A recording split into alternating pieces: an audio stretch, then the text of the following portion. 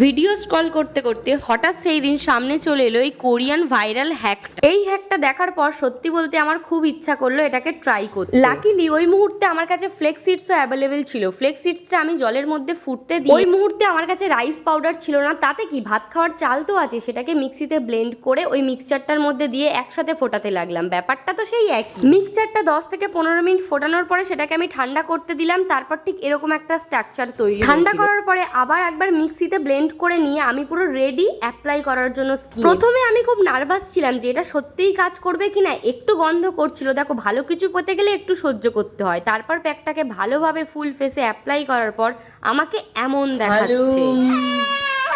হালুম হুলুম হালুম। Seriously আমাকে এতটা জঘন্য লাগছিল যে বাচ্চারাও ভয় পাচ্ছিল।